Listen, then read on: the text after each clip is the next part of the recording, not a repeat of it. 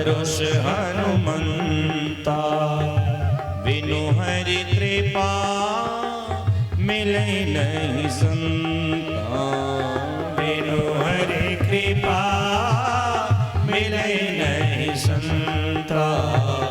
अब मोहि भरोस हनुमंता, अब मोहि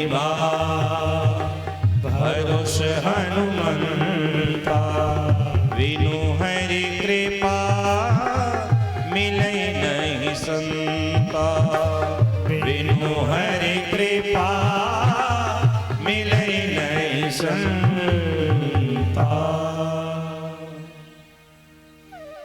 श्रीमान विभीषण जी महाराज जी कहते हैं कि हे हनुमान जी, आज हमको भरोसा हो गया कि जब तक जीव के जीवन में भगवान की अनंत कृपा नहीं होती है तब तक जीव संत जन का दर्शन नहीं कर पाते हैं।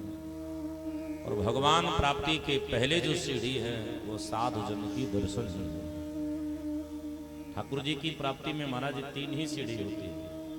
पहले साधु जन का दर्शन, दूसरा साधु वचनों पर दृढ़ विश्वास, और तीसरा गुरु के प्रति समर्पण भाव। जिसको ये 3 भाव जिसके आ गए, परमात्मा चौथी सीढ़ी पर बांह फैलाए उसके लिए इंतजार किए करते हैं। हमारे एक महाराज जी कहा करते हैं कि जीवन में परमात्मा का दर्शन जल्दी होना बड़ा कठिन है, क्योंकि भगवान सबको जल्दी मिलते नहीं है। क्योंकि भगवान जितने सरल हैं भगवान उतने ही कठिन भी हैं।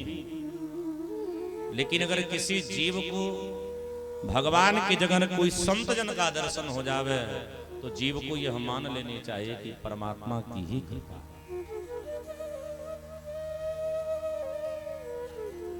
क्योंकि देव सूक्त में देवर्षि नारद जी महाराज जी से भगवान स्वयं कहते हैं, भो नारद ना हम बशापि वैकुंठे योगी नाम हृदये च मद भक्त्या यत्र गायन्ति तत्र तिष्ठामि नारद। ना मैं वैकुंठ में रहता हूँ, न क्षीर सागर में रहता हूँ, ना योग जनों के हृदय में रहता हूँ। मैं रहता कहाँ हूँ? जहाँ भगवान का नाम गुज्यमान होता है। और साधु तो चलते फिरते राम जी के नाम की लेने वाले खजाना जन है।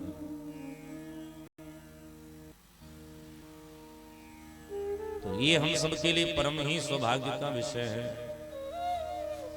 और कल हम सब भगवान की बड़ी ही मनोहारी वाल्य लीला की बड़ी मधुरमयी कथा को श्रवण कर रहे थे कि भगवान श्री कृष्ण देवराज इंद्र के मान मर्दन को करने के लिए भगवान श्याम सुंदर ने गोवर्धन की बड़ी ही मंगल लीला की। महाराज जी भागवत महापुराण जी में भगवान श्याम सुंदर 3 लोगों का मान मर्दन किया। पहला मान मर्दन किसका किए? बोले पहला मान मर्दन किए श्रीमान ब्रह्मा जी महाराज जी का। क्योंकि ब्रह्मा जी महाराज जी को यह अहंकार हो चुका था कि हम स्वयं विधाता। तो ठाकुर जी ने उनको अपना अधिकार दिखाया कि नहीं, तेरे ऊपर हमारी सत्ता है, तू हमसे नीचे है। और दूसरा मान मर्दन किया किसका है? बोले दूसरा मान मर्दन करते हैं देवराज इंद्र का। और तीसरा मान मर्दन किसका करते हैं? बोले तीसरा मान मर्दन करते हैं वरुण जी महाराज जी का। तो सुखदेव जी महाराज जी ने कहा कि बेटा परीक्षित, एक दिनांक की बात है जब भगवान श्याम सुंदर गोवर्धन की लीला करके जब अपने नगर में पधारे हैं तो ग्वाल बाल बड़े ही प्रसन्नचित हैं। अब तो चारों तरफ भगवान की ही केवल जय जयकार हो रही है। सबको विश्वास हो गया था कि कन्हैया भगवान है, पर नंद बाबा को भरोसा नहीं था। अच्छा, पिता एक ऐसा शब्द है जो बेटे पर जल्दी भरोसा करता है नहीं है कि बेटा अपना इतना ऊंचा हो गया, क्योंकि उसके सामने तो बेटा बेटा ही होता है। तो सबको तो भरोसा हो गया था, पर भगवान श्याम सुंदर को भरोसा नहीं था। भगवान श्री नंद बाबा को भरोसा नहीं था कि हमारे श्याम सुंदर भगवान हैं। तो कन्हैया नंद बाबा को भरोसा दिलाने के लिए और वरुण जी महाराज जी के अभिमान को दूर करने के लिए एक बड़ी ही प्यारी लीला करते हैं। वो लीला कैसी करी है? एकादश्यां निराहारः समभ्यर्चनं जनार्दनम् श्रातुं नन्दस्तु कालिन्ध्या द्वादश्यां जलमाविशता।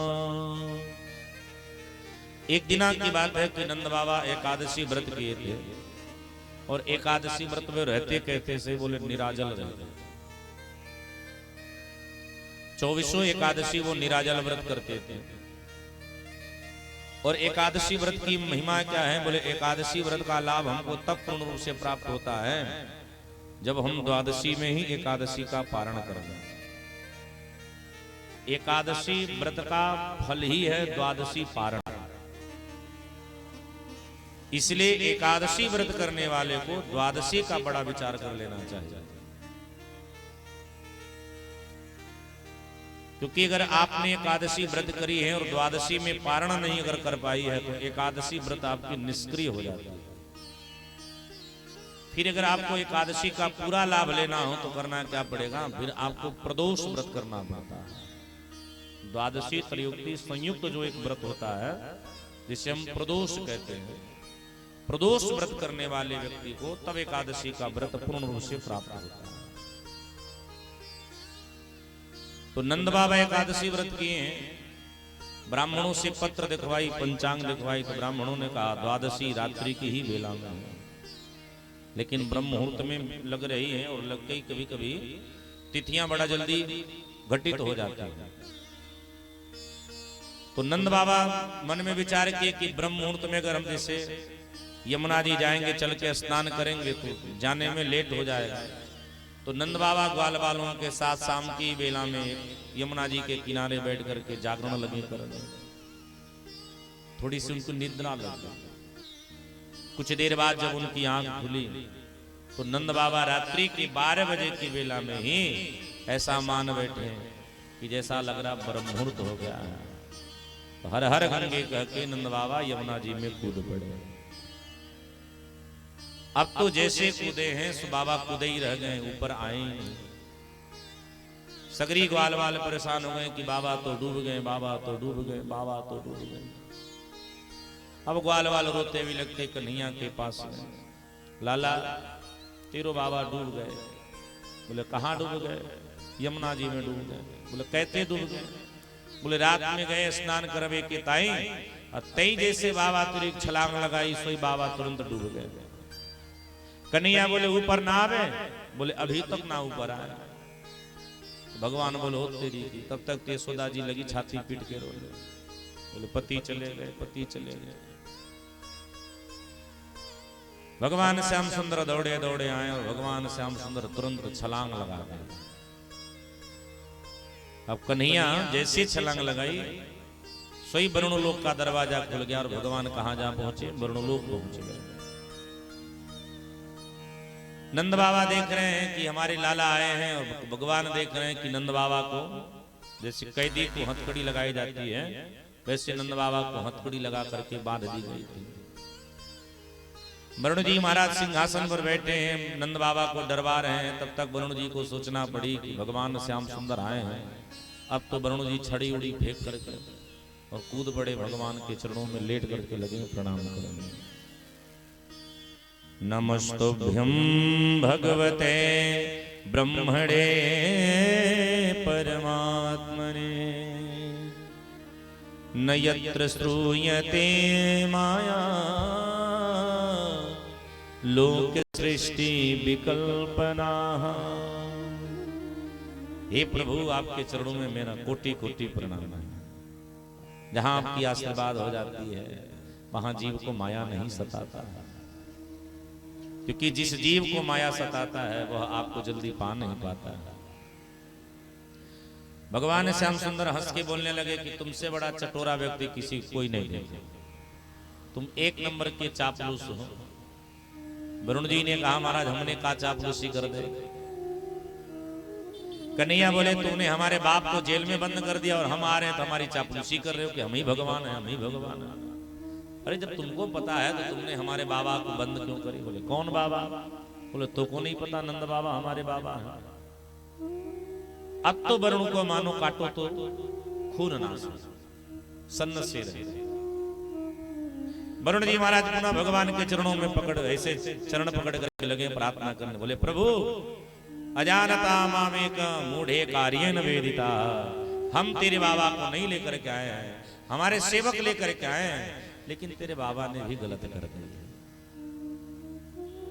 निशिकाल में स्नान करना निषेध कहा गया और तेरे बाबा अर्धरात्रि की बेला में स्नान किए, सो हमारे सेवक पकड़ करके लेके चले। लेकिन यहां से तो एक बात पता चल गई कि तय कहा हो, बोले तय एक नंबर के पितृभक्त हो, इसलिए प्रभु हम आपके चरणों में प्रणाम करते हैं और हम पे अपना अनुग्रह बनाए रहना, क्योंकि जिनके ऊपर आपकी अनुग्रह होती है हे गोविंद, वह कभी माया से भटक नहीं सकता। भगवान की इस प्रकार स्तुति करी है। कन्हैया बोले चलो कोई बात नहीं है, नंद बाबा को लेकर के आए। भोर भई है, हमारे नंद बाबा चुपचाप बैठे हैं। एक ब्रजवासी गए, बोले भैया कहा भयो, ते बड़े मायूस लग रहे हो। तो नंद बाबा ऐसे सर खजुला रहे हैं। नंद बाबा बोले भैया मुझको एक बात ना समझ में आ रहा हो। बोलो कहा भयो, हम जहां बंदी बनाए गए थे ना, मारे जब लाला गए तो बंदी बनाने वाला जो जज था वो हमारे लाला के चरणों में माथा पटक रहा था। मोको ऐसा लग रहे हो कि लोग कहीं सचमुच मेरे लाला को जो भगवान कहते हैं तो मेरे लाला सचमुच के भगवान ना है। तो मोको आज तक पता ना चले, अरे लाला ये तो बड़ो अपराध हो गए हो कि हमारे लाला जो भगवान है, कभी उनको हम सोटो दिखा देवे, कभी गालन पे तमाचा रख देवे, कभी कभी हम डांट देवे, और वो तो भलो कहो कि हमारो लाला हमको पटक के पीटो ना।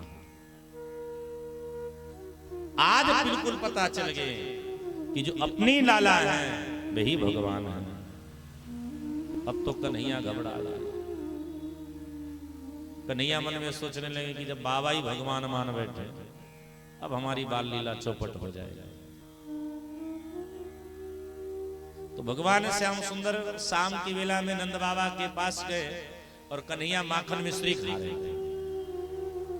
नंद बाबा गए तो दूर से देखे, जब ऐसे दूर से हाथ जोड़ के खड़े हो गए, क्योंकि जब हम अपने किसी विशिष्ट व्यक्ति को देखते हैं तो आपका यह नियम होना चाहिए कि प्रणाम जरूर करो। तो नंद बाबा ऐसे हाथ जोड़ के खड़े हो गए, कन्हैया हाथ पकड़ लिए, बोले बाबा तेरी लीला सुबह से ही कुछ विचित्र लग रही है, तू कहीं पगला तो नहीं गयो, कोई डॉक्टर से दिखवाऊं था? जहां तुमको देख रहा मैं हाथ जोड़ के प्रणाम करो, क्या बात है रे, कोई बेटे को प्रणाम करता है? नंद बाबा बोले बेटा एक बात नहीं समझ में आता, जिसने हमको बंदी बनाई वो तेरी पांव पूज रहा था। कन्हैया बोले ओ आप यहां लटके पड़े हो। अरे बाबा वरुण जी हमारे मित्र हैं। अरे हमको पता चला कि वरुण जी आपको पकड़ करके ले गए हैं, तो हम अपने मित्र को डांटने लगे, और जब हम मित्र को लगे हैं डांटने, हमने अपने मित्र से कहा कि तू हमारे बाबा को छोड़ दो, नहीं तो हम तुमसे मित्रता तोड़ देंगे। अब तो वरुण जी हम मित्रता को बचाने के चक्कर में हमारी चरण पे पकड़ करके माफी मांग रहे थे कि मित्रता मत तोड़ियो, हम तेरी बाबा को छोड़ देते। अरे हमको भगवान भगवान नहीं है। नंद बाबा बोले ओ चलो, मन में बड़ी बोझ थी, तेने हल्का कर दे। कन्हैया बोले हल्का ही रहना अच्छा रहेगा, लीला बड़ी न्यारी रहेगी। भगवान श्याम सुंदर कहते भगवान होते तो हम तेरे चरणों में प्रणाम ना करते, तू मुंह को प्रणाम करता, लेकिन हर पल तो हमने तो को ही प्रणाम करी। बड़ी ही न्यारी लीला करी। सुखदेव जी महाराज कहते हैं कि इधर बेटा धीरे धीरे एक बड़ा पवित्र मास आया, जिस मास का नाम है आश्विन महीना। और आश्विन महीने में हमारी ब्रज की गोपियां धीरे धीरे लगी हैं बीमार पड़ने। बड़ी बड़ी वैद्य आते हैं, उपचार करते हैं, पर गोपियां ठीक ना होती हैं। तब कन्हैया, क्योंकि भगवान दुनिया के सबसे बड़े डॉक्टर हैं, ठाकुर जैसा कोई दुनिया में डॉक्टर नहीं है, इसीलिए हमारे श्रेष्ठ जन कहते हैं राम हुए डॉक्टर भैया, राम नाम दवाई पीला है भैया, सगरो बीमारी भाग जाए। जिसने जिसने राम नाम रूपी दवा का पान किया है उसकी सारी बीमारी दूर हो गई है। और संसार की सबसे बड़ी बीमारी का नाम क्या है? बोले संसार की सबसे बीमारी का नाम है पुनरपि जन्मम पुनरपि मरणम पुनरपि जननी जठरे शयनम। ये दुनिया की सबसे बड़ी बीमारी है। और इस बीमारी से अगर बचना है तो जीव को परमात्मा का ही नाम ध्येय करना चाहिए। तो कन्हैया आज डॉक्टर बन करके गए और एक गोपी के कान में जाकर के कहते हैं तुम ठीक हो जाओ। शरद पूर्णिमा की जब रात्रि आ रही है तो हम तुम सबके साथ जरूर रास रचाएंगे। और धीरे धीरे आज शरद पूर्णिमा की रात्रि आई। सुखदेव स्वामी बड़े ही संभल करके ये कथा करें, ध्यान से सुनिएगा। यहां सुखदेव जी महाराज अपने आप को बड़ी धैर्यता का परिचय दे रहे हैं। एकदम ध्यानमग्न होकर के कहते हैं कि शरद पूर्णिमा की रात्रि है, शाम की बेला है और हमारे भगवान श्याम सुंदर वृंदावन के पास एक निधिवन है, वहां निधिवन में भगवान विराजे हैं। और एक शिला पर बैठे ठाकुर जी मंगल बंसी के निनाद कर रहे हैं। निशम्य गीतम तदंगवर्धनम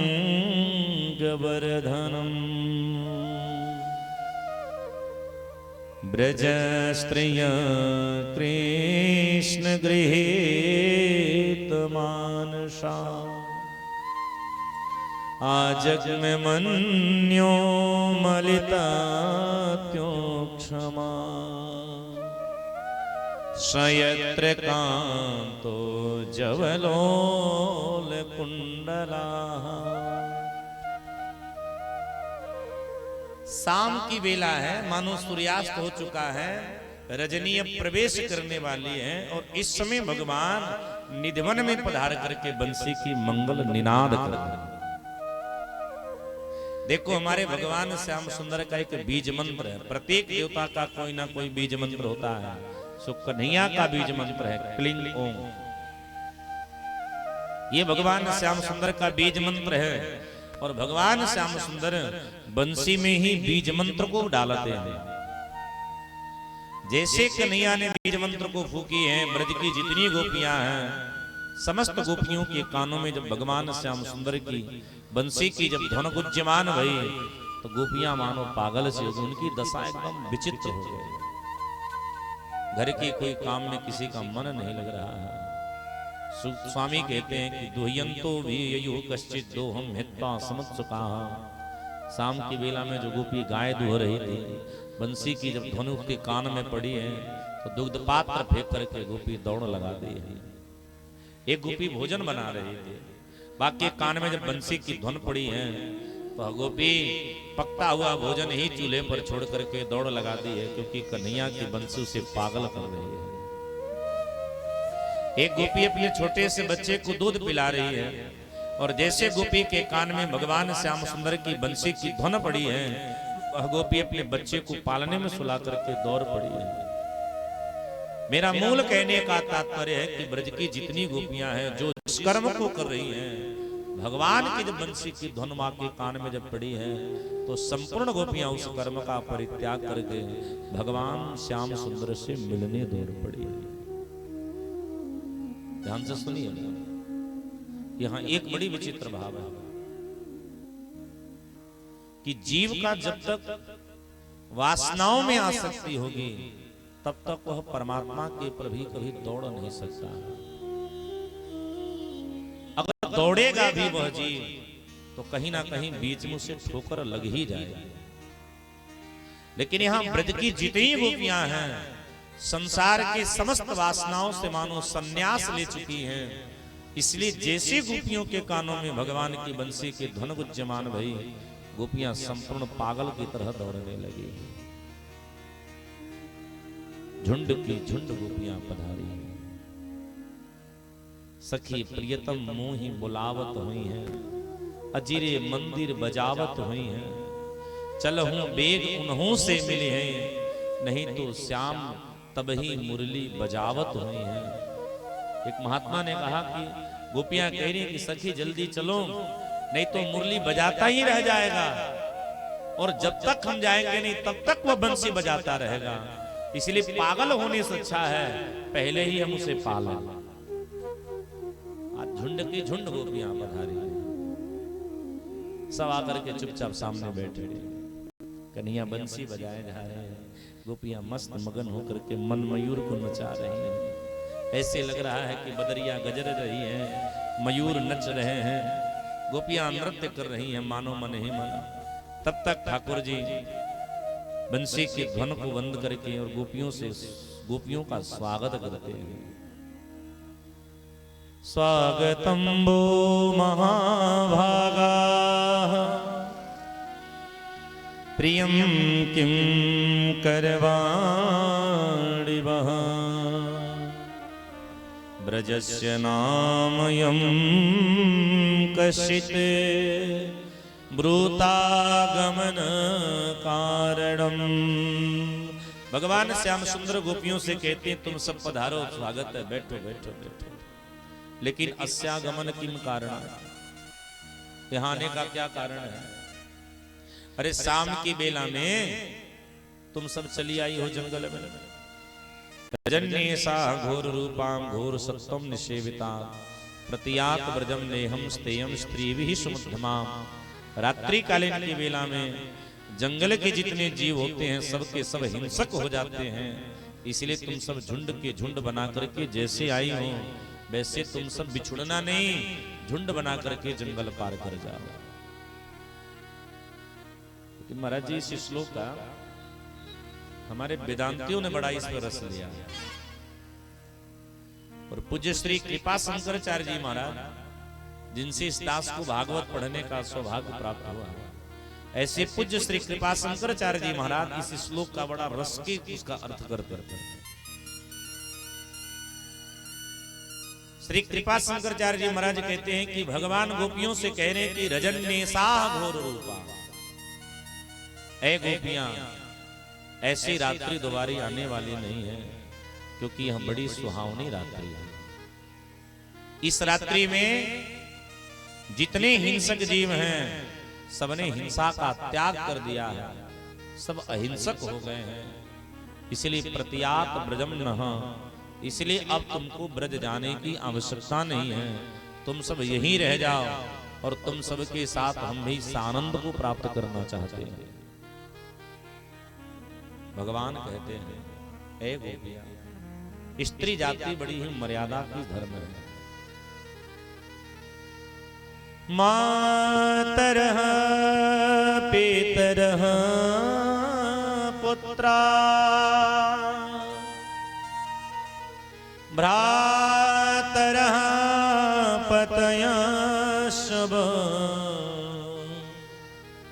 विचित्वन्ते पश्यन्ति मातृढवं बन्धुसाध्वमम्। गोपियां से भगवान कहते हैं कि नारी जाति बड़ी ही मर्यादा का विषय है, और नारियों को कहीं जाना हो ना, देखो अगर स्त्री विवाहित हो गई है, ऐसे स्त्री को अपनी माता पिता पुत्र बंधु पति स्वजन का कभी त्याग नहीं करना चाहिए, क्योंकि माता पिता पुत्र बंधु बांधवों की सेवा ही स्त्री का सबसे बड़ा धर्म है। और जो इन धर्म का पालन करते हुए जो अपने धर्म की पालन करती हैं उन्हें मानो हम सरलता से ही मिल जाते हैं। लेकिन हे बाबरी तुम सब कैसे हो? गोपियां चुपचाप हो गई। तब भगवान एक दृष्टांत सुनाते हैं। भगवान कहते हैं जानते हो, अगर स्त्री अपने सतीत्व धर्म का निर्वहन करे तो नारी कुछ भी कर सकती है। जैसे ऐ गोपियां, एक बार की बात है कि किसी नगर में एक ब्राह्मण देवता रहते थे, और ब्राह्मण देवता लकड़ी काट करके बेच करके ही अपना जीवन करते थे, जीवन यापन उनका चलता था। अग्निहोत्री ब्राह्मण थे, इसलिए उनके यहाँ अग्नि कुंड में अग्नि की लपटें हमेशा जला करते थे। एक बार की बात है कि वो ब्राह्मण देवता, ग्रीष्म काल का महीना है और ब्राह्मण देवता जंगल से लकड़ी काट करके लाए, दोपहर का समय है, पसीने से लथपथ थे, तो ब्राह्मण देवता लकड़ी की गट्ठर अलग रखनी है और आंगन में ही उनकी पत्नी चावल को स्वच्छ कर रही थी, तो अपनी पत्नी की ही जंघे पर अपना सिर धर करके पंडित जी सो गए। पंडितानी अपने साड़ी के ही आंचल से पंडित जी को लगी है हवा करने, पंडित जी को मीठी मीठी और प्यारी प्यारी निदियां आ गई।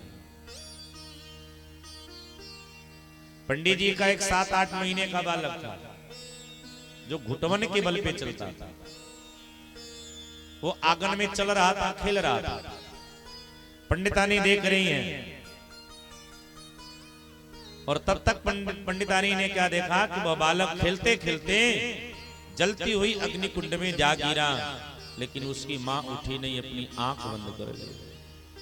और मां ने मन में विचार किया कि मेरे पति की अगर निद्रा पूरी हो गई तो ठीक है, क्योंकि मैं पति को जगाना असमय में नहीं चाहती। एक आध घंटे के बाद जब पति की आंख खुली तो पंडितानी पागल होकर के अग्नि कुंड की तरफ दौड़ी कि देखूं बालक अब तो जल करके राख हो गया होगा। लेकिन जाकर के पंडितानी ने क्या देखा कि अग्नि कुंड में अग्नि देवता एकदम प्रज्वलित होकर के जल रहे हैं और जलते हुए अग्नि कुंड में उनका छोटा सा बालक किलोल करके खेल रहा है, मानो जलती हुई अग्नि भी उस बालक के लिए बर्फ के समान हो गए। ऐ गोपियां, यह है सती नारी का लक्षण। गोपांगनाओं ने कहा, गोविंद तेरी बात तो सही है, लेकिन हे कन्हैया, लेकिन हे कन्हैया तुमसे मैं एक निवेदन करती हूं कि रखते बिरखते बरे बधूना निरर्थकम कूकम पत्र भृंगम त्वयि प्रसन्ने मम किम गुणेन त्वयि अप्रसन्ने मम किम गुणेन। हे गोविंद, तुमसे मैं एक बात पूछती हूं, बस इतना सा बता दो कि हमारे जीवन में बहुत गुण हो, लेकिन अगर तुम प्रसन्न ना हो तो ऐसे गुण को लेकर के हम क्या करेंगे? घी मलाई थोड़ी चटेंगे। लेकिन हे गोविंद, मेरे जीवन में अवगुण ही अवगुण हो, लेकिन अगर तुम हम पे प्रसन्न हो तो वह अवगुण ही मेरे लिए सबसे बड़ा श्रेष्ठ है। हे गोविंद, मैं तुमसे एक निवेदन करती हूं, तुमने स्त्री पुरुष की कथा सुनाई, इसलिए मैं स्त्री पुरुष की तो मैं तुमसे एक प्रश्न करती हूं। एक बार एक विवाहिता स्त्री विवाह करके अपने पति के घर पधारी और उस स्त्री का धर्म था कि अपने पति की ही सेवा करती थी, पांव दबाना, भोजन कराना, पति के भोजन करने के बाद वह भोजन करते थे। लेकिन घर में धन की कमी होने के कारण पति को प्रदेश जाना पड़ा। पत्नी रोने लगी, रोती हुई स्त्री ने कहा कि महाराज, आप प्रदेश जाओगे तो मेरे धर्म का क्या होगा? तो पति ने उसे अपनी फोटो दी और कहा कि मैं जब तक लौट के नहीं आता तब तक इस फोटो को मुझ मान करके तो सेवा करना। अब पत्नी उस फोटो वाले पति की बड़ी भाव के साथ पूजा करते थे। माघ का महीना, सुबह की बेला, पत्नी अपने फोटो वाले पति की आरती उतार रही थी। रिमझिम बरसात हो रही है, हल्की सी ठंडी की पवन भी चल रहे हैं। तब तक उसका जो साचा पति है दरवाजे पर खड़ा हो गया, दरवाजा खटखटा रहा, खोल खोल खोल, मैं भीग रहा हूं, ठंडक लग रही है, मेरी तबीयत ना खराब हो जाए। अब गोविंद एक बात जरा विचार करना, वह पत्नी धर्म संकट में पड़ गई कि पहले फोटो वाले पति की आरती करूं कि पहले मैं साचे पति की स्वागत करूं। गोविंद क्या करना चाहिए? भगवान कहते हैं, अरे बाबरी हो, जब उसका साचा पति दरवाजे पर आ गया तो फिर फोटो वाले की कैसी आरती पूजा? उसका तो ये नियम होना चाहिए कि दरवाजा खोले, अपने साचे पति की स्वागत करे। गोपांगनाओं ने कहा, गोविंद हमने भी तो यही किया है, हमने भी तो आज यही किया है। संसार के जो पति हैं वो फोटो वाले पति की तरह हैं, साचा पति तो एक तू ही है कि तेरा जिससे संबंध हो जाता है फिर वो संबंध कभी टूटता नहीं है। भगवती मीरा महारानी ने, राणा जी ने जब मीरा को डांटना आरंभ किया तो मीरा महारानी ने राणा जी को एक जवाब दिया कि ऐसे बर को क्या बर जो जन्मे मर जाए, बर बरियों गोपाल को चुड़लो अमर हो जाए। ऐसे बर का क्या हम वर्णन करें जो जन्म लेता हूं मर जाता हूं। मेरे असली बर तो गोविंद ही हैं और हमारी गोपियां कहती हैं हे गोविंद मेरी असली तो आप ही हो और देख लाला मैं तुमसे बहुत कुछ नहीं चाहती।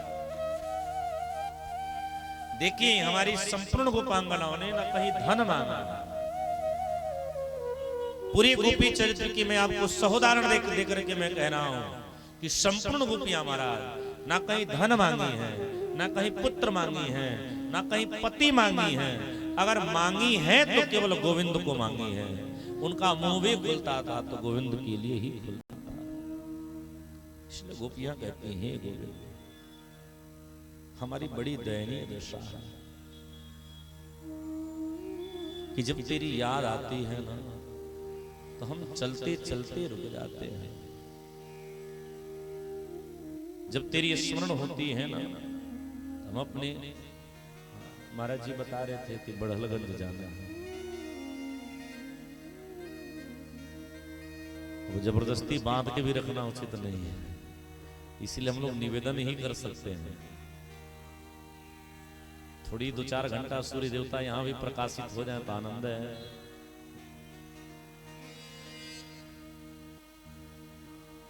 अच्छा तो एक निवेदन करेंगे कि जाने से पहले आशीर्वचन जरूर हो जाना चाहिए 3 बजे। अभी तो समय है ये, हो ही जाएगा फिर आगे हम लोग अपना आनंद लेंगे। तो सभी प्रेम से बोलिए जय सिया राम। तो हमारे पूज्य श्री भानुदास जी महाराज जी को किसी विशेष आवश्यक कार्य है तो कहीं जाना होगा तो हाँ तो निवेदन हम करेंगे कि जाते जाते आशीर्वाद देते जाइए।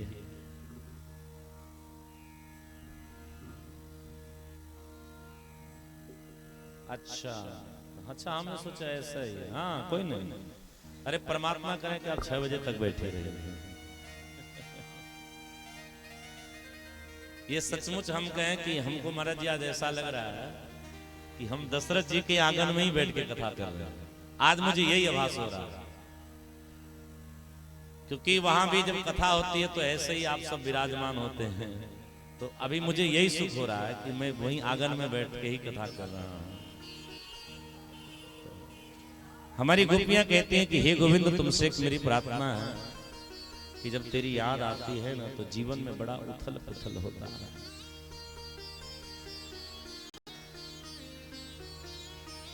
पादों पदोना चलमस्त पाद मूला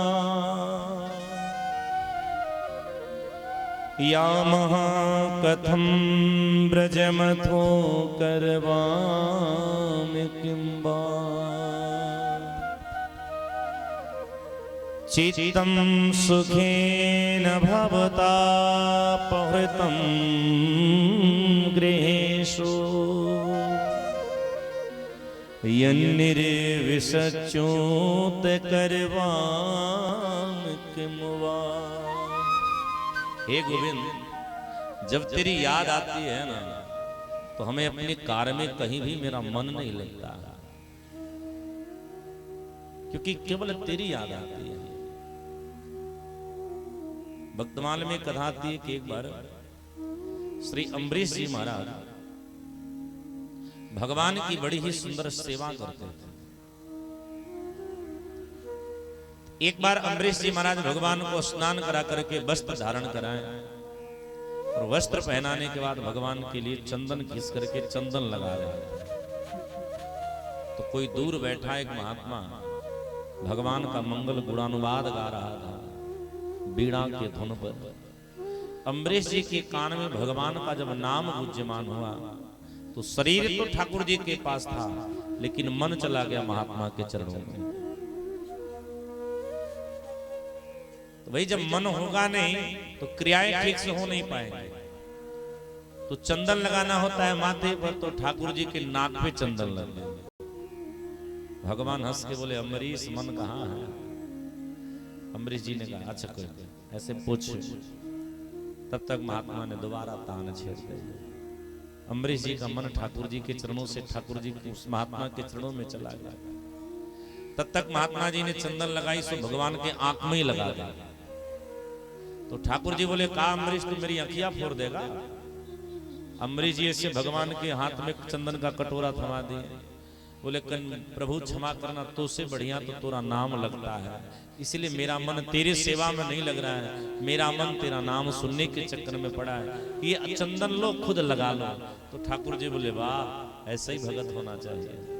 हमारी गोपियां वही कहती हैं कि हे गोविंद, जब तेरी याद आती है ना, हम गृह के कार्य में कहीं भी हमारा मन नहीं लग सकता। एक महात्मा ब्रज की बड़ी ही प्यारी पंक्ति लेकर के हैं, तुम्हारी याद